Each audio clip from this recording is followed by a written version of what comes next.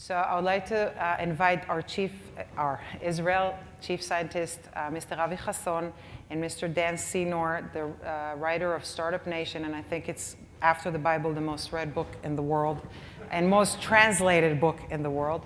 Welcome to the stage. Thank you.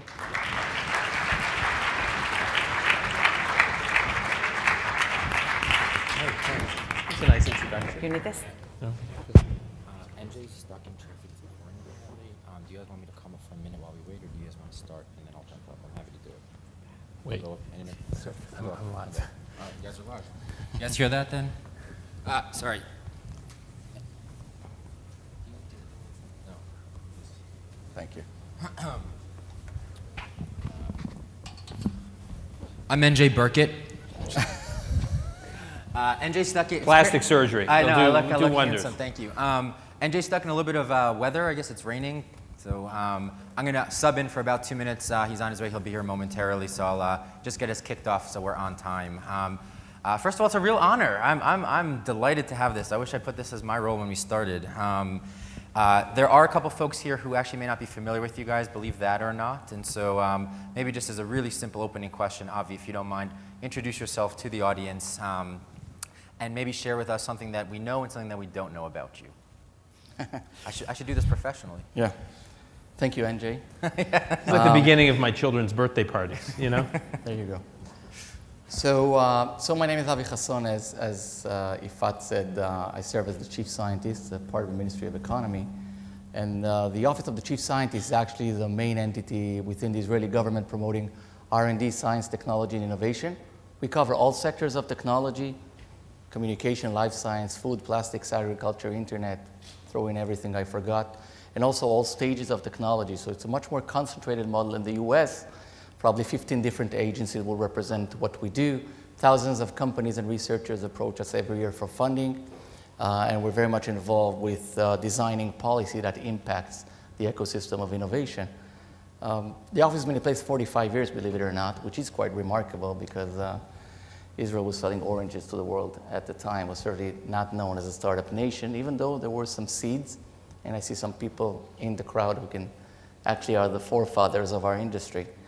But ever since, I think the ecosystem that has thrived also came a lot through a very effective public-private partnership. I'll just say that I wasn't born in government. I've been in the position 4 years, but prior to that, spent all my life in the private sector, both in high tech and venture capital. And maybe one other thing, I guess some people know, but maybe not. We can do the rest of the conversation in Spanish just as fluently as because I had the pleasure of living in South America twice in my life. So Nice. I like that.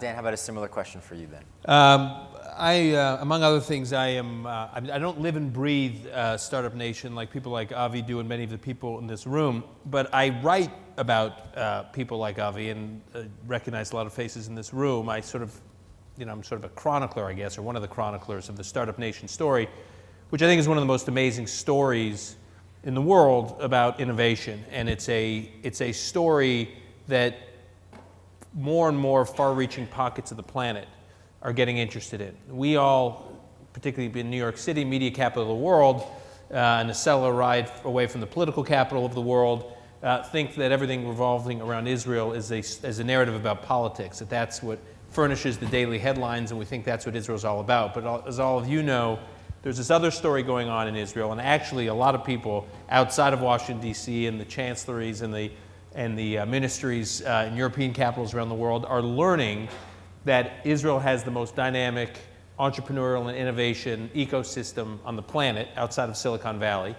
And more parts of the world, policymakers, governments, academia, multinational companies, and fellow startups, peer startups, are coming to Israel and want to come to Israel and try to figure out what's going on, how they can work with Israel, how they can partner with Israel, how they can buy Israeli companies, how they can invest in Israeli enterprises. We just saw the news the other day about Alibaba and JBP's cyber platform.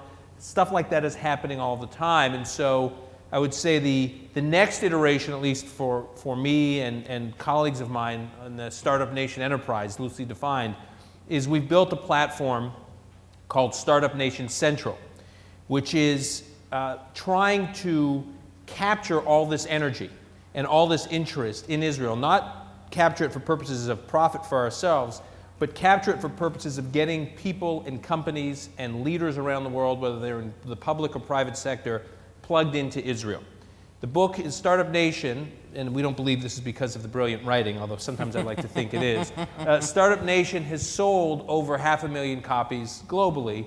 The biggest chunk of about half of that is in China alone. We're in China, we're in India, we're in Brazil, we're in Russia, we're in something like 28, we've been translating to something like 28 languages. This is not about our brilliant narrative. It is about deep interest in building innovation, generating economic growth through innovation, doing it through a startup ecosystem, and people are looking to Israel. So what Startup Nation Central does is capture that. And we have about 20 people on the ground, and we think, working on this, and we basically are focused on two things. One, we have a theory, which is that if the people we want to touch around the world are basically divided into three categories. One category are those that get the Startup Nation story, get why it's indispensable, and are already there. Now, those people we want to be in touch with, we want to stay in touch with, but we don't want to get in the way of. Now, someone I think of when I consider the story, someone like Eric Schmidt, who, as you know, is the executive chairman of Google and is a character in our book. We interviewed him for our book, and he's now one of the largest single outside investors in Israel. So his venture, in addition to Google having a huge enterprise in Israel and buying up companies like Waze, Eric himself, his venture fund called Innovation Endeavors, has two offices in the world. One is in Silicon Valley, the other one is in Tel Aviv. So he's investing enormously in Israel. We want to keep a channel of communication open with him, but we don't have to do anything there. He's fine, and there's a lot of people like him. That's one category. The second category are people who get that they need Israel, they get that they need Startup Nation, they get they need to be partnering with Israeli companies, partnering with Israeli entrepreneurs, buying and investing Israeli companies, but they just don't know how to plug in. And we can be their GPS. We can help them navigate the Startup Nation ecosystem. We're doing that every single day. The third category are people who don't know the Startup Nation story, and they don't know that they need it. We know that they need it. And with that category, we're trying to get them educated about the story, and then once we get them educated, figure out how to get them plugged in. And so that is the sort of the next generation, if you will, of the Startup Nation book, is operationalizing this idea of helping Israel connect to the world and the world connect to Israel. It's already happening on its own organically, and we want to help take it to the next level. And we have an address in Tel Aviv, and we're growing actually like crazy because there's huge interest. And one of the things that we've developed is this database. There's about 5,000, roughly, about 5,000, a little over 5,000 startups in Israel. We're developing this database that will actually detail we've already got about 4,000 startups loaded in the database, detailing information on every single startup in Israel that's kept current, it's live. So when we're curating these trips for people visiting Israel and helping them get plugged into Israel and helping them meet with the right people and helping them, we put together 2, 3, 4, 5-day trips for people coming to visit. We also get them plugged into our information because we want the information and the data about the Startup Nation community to be as accessible to the world as possible. It is one of the greatest attributes that Israel has to offer the world. We want to make it as accessible to the world as possible. Thank you for that. That's a great answer. And so, Avi, I want to build on that for a moment. I think in many ways your office is the spearhead, so to speak. And so as these multinationals are looking at Israel, I assume that you're one of their very few phone calls. Dan mentioned the 5,000 startups. I assume that you're also one of their many phone calls. I think government policy is not an accident leading to the success that Israel has had. And so maybe a two-pronged question for you. What are the multinationals and the startups looking for, and how does that translate to some of the strategies that your office is looking at? First of all, I would say that, maybe as a recommendation to the audience, one of the best ways to be popular is to give out money. So the fact that $500 million come from us to those startups every year kind of makes them listen. But seriously, I think the multinationals have played a big role in the Israeli ecosystem. As Dan mentioned, almost 300 have R&D innovation centers in the country. And certainly Israel has played a big role for those multinationals. That's why they come to Israel. They come because they see that unique ecosystem. They come because they see the fountain of innovation, which is very interesting for the business. They come because they see that interdisciplinary thinking within the Israeli space, and with a lot of the converging technologies, this becomes more and more important. And they also come, I think, because they see a very effective public-private partnership. And I think that the reason the office is considered a successful agency is mostly, in my mind, because of that deep understanding of how government and private sector should work together. So when we sit with a multinational, I cannot compete with places like, I don't know, Singapore or Ireland on a dollar-by-dollar basis. I cannot. But I can offer two things. One, of course, is the Israeli ecosystem, that scientific excellence, that unique sense of entrepreneurship, the very sophisticated financing markets with angel investors and a lot of the people that were here during these 2 days, from John Medved in the beginning to Ifat on right now. That is unique. And the second thing that we can offer is the ability to sit down with those multinationals. And when I'm saying sit down, it's practically the high-level officials, understand what is it that they want to do, and be flexible enough and dynamic enough to tailor the solution that fits what they need to do. So I would say our best ideas come from interacting with the CEOs, from listening either to the startups or to the multinationals, because we don't think that we know better than you guys what should be done, what's the next big thing, how to mentor companies, how to build them. My job is to create the environment, the infrastructure that will make researchers, entrepreneurs, multinational be able to implement their vision, because I think I'm a true believer in what you call, Dan, the Startup Nation Center. I will call it the transformation of technological innovation to economic impact and prosperity. That's basically, I would say, my mission in one sentence. But I'm also a true believer that government cannot do that by definition. Only entrepreneurs, only businesses can actually do that. And the thing I think that is the biggest notion is to understand that there's no actual differences between the two sides, which many governments, I think, fall in. So at the end of the day, we're both for the same goal, and there's a win-win situation to be created. That's an interesting point. Dan, I want to be provocative, and I'm gonna give you this question. I think a lot of what we spoke about the last 2 days is a lot of things are good in Israel, but that's not everything is good in Israel. When we think of, at least from the innovation lens, but if you want to take the question broader, feel free. What are some of the risks? What are some of the things that, if we've seen the pace of growth, which has been so successful, what are some of the things that you fear looking forward that may influence in a negative way that growth?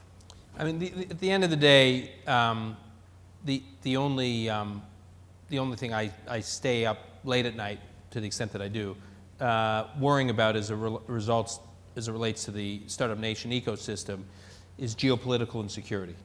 I think the Israeli entrepreneur is unstoppable, and I think, and every time I hear, I don't want to overstate this point, but every time I hear someone say, well, Israel can do this, but they can't do that, right? I mean, my most amusing one was Israeli companies, they can't interface with the consumer.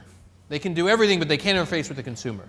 And then there was this company you may have heard of called Waze, or Meerkat, the one in more recent news. There are companies popping up where Israel's demonstrating that they can absolutely interface with the consumer. And it's story after story after story about this. So I don't worry about the Israeli entrepreneur. I always worry about the environment that the Israeli entrepreneur has to thrive in, and they have a burden that no other innovation ecosystem has to deal with. Now, some would argue it's a source of its strength. That mentality of, no minute can go wasted, every day has to matter, you're always under siege, you're always surrounded by adversaries or competitors. There's an ethos and a culture around that I think in many respects sharpens the Israeli entrepreneur's competitive edge, and it transcends many parts of Israeli life. But on balance, I don't worry about the entrepreneurs and the startups' performance. Where I'm gonna take your question and turn it around. I'm sure over the last day you've heard about all the areas that the Israeli entrepreneur can thrive in, different sectors that the Startup Nation economy is performing in, whether it's cybersecurity, which Avi knows a lot about, whether it's just general information technology around communications, how everything we own is effectively becoming a communications device. The automobile is becoming a communications device. That's why the CTO of General Motors is spending more time, it feels like, in Israel than he's actually spending in Detroit. Because the automobile is becoming a communications device, and Israel's at the leading edge in communications innovation. And medical device, digital health, I just saw the end of a presentation on that. On and on and on. These sectors are amazing. But the area that I think touches all of these areas, and I believe is most promising, underappreciated, but most promising, is there's such an emphasis right now globally in what we tend to call the hard skills. Quantitative skills, data analytics, computer science. These are the hard, what academics call the hard skills, not the soft skills, not the lesser important skills like leadership and human managing and building human organizations and the humanities. It's all about the hard skills. In fact, I mentioned Eric Schmidt before. When I spoke to Eric Schmidt about a couple years after Startup Nation came out, he said to me, when you were interviewing me for Startup Nation, I thought there was something to what you and Saul were arguing in your book, your basic thesis, but I thought you were overstating it. He says, now, a couple of years later, I actually think you understated the significance and the potential strength of the Israeli economy. Because he believed where all the action was going in the global innovation economy was in big data, data analytics, and in computer science expertise, and that Israel is such in a league of its own in those areas. But what Israel has, combined with those areas, that you don't get in other economies, are the soft skills.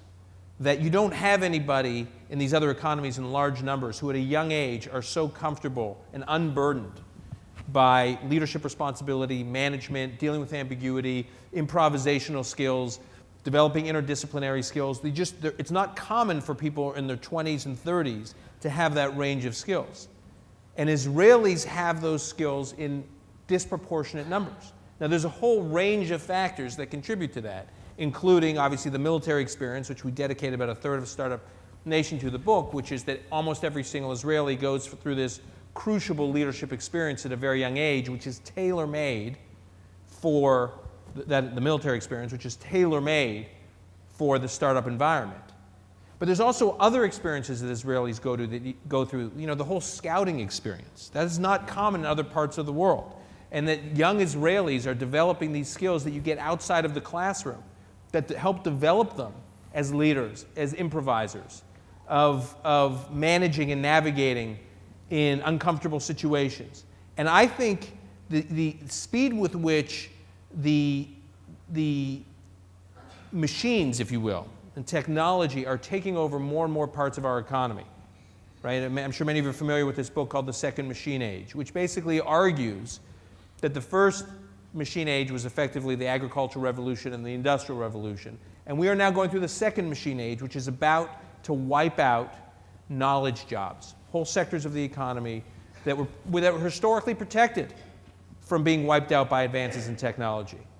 And as those jobs get wiped out, the antidote in the public dialogue, at least here, seems to be, in order to keep up, we need to train our young people to basically compete with the machines, right? So they, more probability and statistics, more computer science, more data analytics, load them up, load them up, load them up, which is important. STEM, all this emphasis on STEM degrees, which is important. But if that's the only approach, we are always going to lose because we will never be able to keep up with the speed of innovation that's happening in technology. We'll never be able to keep up with the machines. You need the combination. Hold on. You need the combination. And the combination is the technical skills, the hard skills, but also these soft skills, the leadership skills. And what's exciting to me about Israel is they've got both. Zeev, you made an honest mistake, right? Okay. You said, here's a negative question. I can ask the government official, or I can ask the external observer. I'll ask the observer. What you forgot is that the government official is Israeli. So let me answer your question, in a more direct way. Meaning it'll take an Israeli to criticize Israel. There you go. Our former president, Shimon Peres, claims that the biggest contribution of Jewish people to mankind is dissatisfaction. Right. Yeah, a good Jew is never satisfied. By the way, right? Startup Nation, I'm pleased to say, was beautifully well reviewed in just all over the world. We got these amazing reviews everywhere. It was this fantastic, Israel. except Israel. The one place that we got criticized was a book see? review by Haaretz. There you go. And their criticism was, we're too glowing about Israel. It's like, Yeah, well, no, I think, but seriously, at least I would say not being, I'll say it in Hebrew, even though I'm speaking English. I'll translate. I do believe that a lot of the challenges I'm going to talk about are opportunities. But seriously, from my perspective, when we look into the next 20 years, I think in the past 20 years, we really managed to create a unique ecosystem as depicted in the book and described by Dan. I think the next 20 years are going to be different in their mission and much more challenging. First of all, from my perspective, we have two distinct missions and both are equally important. One is to keep Israel in that leadership position. And I'm a great believer in the qualities of the Israeli entrepreneur. But you know what? There are great entrepreneurs also in other parts of the world. And people are figuring out the Startup Nation story. Is certainly becoming more competitive. And at least my job is to make sure we stay on the medal podium as one of the leading hubs worldwide. And I think we can, but that's certainly one mission. But the second mission that we have, equally important, is how can we bring more parts of the Israeli economy into the Startup Nation ecosystem, bringing the good things of high productivity, innovation, global thinking, entrepreneurship to more industries, because at the end of the day, less than 10% of the Israeli population is part of that Startup Nation. And we want to bring more industries into the game, and that's what we have been doing for the past years. So if you look into what's happening in Israel in industries like plastics or food tech, you're starting to see the same qualities penetrating into larger sectors of the economy, and we're into that. How do we bring the Arab Israelis into the game? How do we bring the ultra-Orthodox into the game? Because this is not a political or ethical question. It's an economic question. We have to do it if we want to grow to the next level. So that's certainly a challenge, and from that you get many other challenges that we need to do. And we are doing, because we need to start building our relationship with places like China and India and those emerging markets. There's a lot on our plate, basically. That's what I want to say. What it clearly says is that the commitment, not only from government, but actually from the entire Israeli ecosystem, is there. And this is something which has been unique. So as you say, we have weekly visits from governments and multinationals. They come to see. I think one of the things that made Israel unique is that long-term commitment to the game of innovation and entrepreneurship. It's not a political issue. It's completely bipartisan. We have 20 parties, so I guess, I don't know the word for that. multi-partisan. A lot of partisans. Yeah. And my position is not political either, right? Having that long term, I think, is a differentiating factor, but the challenges are there. And as we move, from those early startups to consumer facing, I totally agree with you. I think all the myth of what the Israelis can or cannot do are really starting to disappear. And last year, we're seeing more and more companies scaling up to be significant. And for years, we cried about, why don't we have an Israeli Nokia? Nobody's saying that. I don't know why. What has happened? But seriously, I don't think the question is, do we have a Nokia or not? Because, once we have 20 or 30 Mellanox and Outbrain and so many other companies in different fields, we're getting to the place that we need to do. And as those people start to build global management teams and start to integrate talent coming from around the world, I think there's a bright future. But the challenges are there, make no mistake. And I think it will take, again, that full commitment to get there. And the last thing I want to say just on this point, because I have to say it every time I go on every stage globally, Zeev, is that in my mind, the most important word in the world of innovation is collaboration. By far, this is what you should remember. It's true for a single entrepreneur researcher, it's true if you're a firm or a company, and it's true if you're a country. So I don't think the one that's going to be more successful is the one that has all the assets or the capabilities. It's going to be the one with the better abilities to collaborate. And I think on that front, we have a lot of experience, we have the will, we have the frameworks, because we understand, being small, being away from the market, what strategic partnership means. Can I just, being next to Avi, being on the stage with an Israeli, he's bringing out my inner self-criticism. So it's I didn't start out that way. I was the boyish American, It's the years in Iraq. Right. It's contagious. I'm as bullish on the innovation economy in Israel I'm as bullish about it as I was when I came up to this panel and answered your question.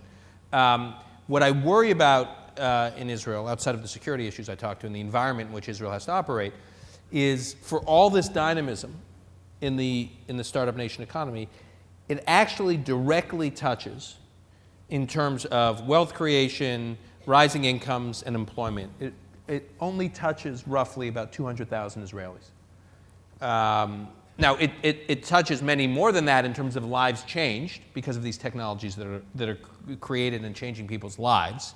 And I can come up with literally thousands of examples. But in terms of direct impact on daily economic life, wages, family wealth creation, et cetera, it's a couple 100,000 people.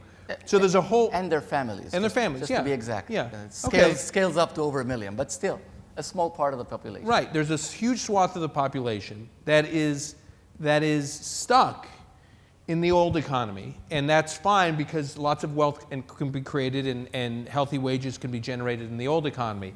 But there is a level of regulatory stifling in the old economy that simply doesn't exist in Israel's tech economy. Innovation economy, it's basically unregulated, lightly taxed, unconcentrated. There are no dominant players that control the scene, and the government's basically out of it, other than the work that Avi does, which is all value add. It's all nurturing. It's not stifling. It's not stultifying. What worries me about the old economy, it's the exact opposite in Israel. It's overregulated, it's overtaxed, it's overconcentrated. And I think that until there is a real reform agenda in Israel that addresses those issues, the difference, and I hate to use this phrase, but I'll use it, the difference between the haves and the have-nots is just going to grow and grow and grow as this tech economy and that segment of the population just continues to thrive and grow exponentially in terms of their own opportunities and own wealth creation and their own connectivity to the world. And this other part of the economy is going to be stuck. And that is not so much a threat to the innovation economy in Israel, but I do worry about a time where the innovation economy in Israel becomes more connected with the global innovation economy than it does with the economic and social fabric of the rest of Israel. I think that's a great point. So in our last couple of minutes, I'm going to ask you both to take out your crystal balls. I can't think of who better to ask this question of what's next. And so maybe, Dan, we'll stick with you for a minute. No, I'm going to go with Avi. Are you kidding? I'm not going to go before the chief scientist. I was waiting to hear what you were saying.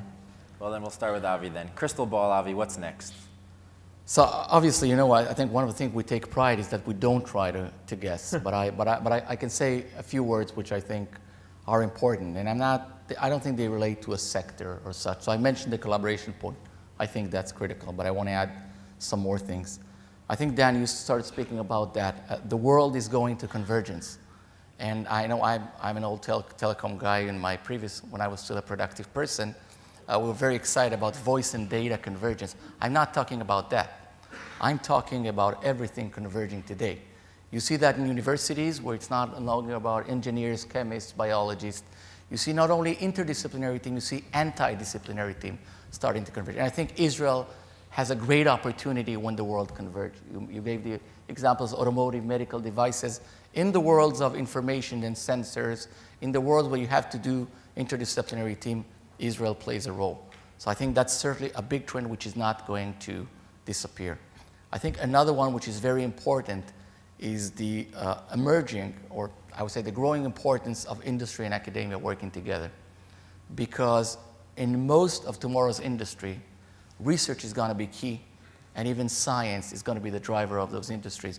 Problems are getting tougher in all the industry, and you need to have a very efficient pipeline of how do you translate the fruits of that research into the hands of entrepreneurs. And again, I think Israel, with all our self-criticism, has something to offer there. Again, I think it's very hard to see where we're going. Definitely a world where technology is going to impact everything we do in our lives. I think huge opportunities, and I think Israel has a role to play, whatever the crystal ball will show, thanks to that unique set of skills that you talk. And mostly, I would say, We're not the best nation in designing 10 years plan and carefully executing them. I think we're pretty good in identifying opportunities and being agile enough to reorganize ourselves and go after them. Because if there's anything Israelis like to do is to solve problems and just to win. Nice. So Dan, I guess my final question, a pivot. Oh, wait, no, a pivot off of that. Yeah. King for a day. Wow. You heard from Avi's crystal ball. If you could change anything, what would you like to change? Like to change anything? Do anything. You're king for a day. If I have Avi's job? No. Yeah. Avi's crystal ball, the future that he just spoke about, and you can change anything you No, want. I actually agree with his theory about convergence and the opportunities that lie there. I can talk about a lot of sectors that I think are extremely promising for Israel, and I'm not going to start rattling them all off. One that's in the news a lot and ain't going away, and I don't need to tell anyone in this room that it's not going away, and that it's a huge opportunity for Israel.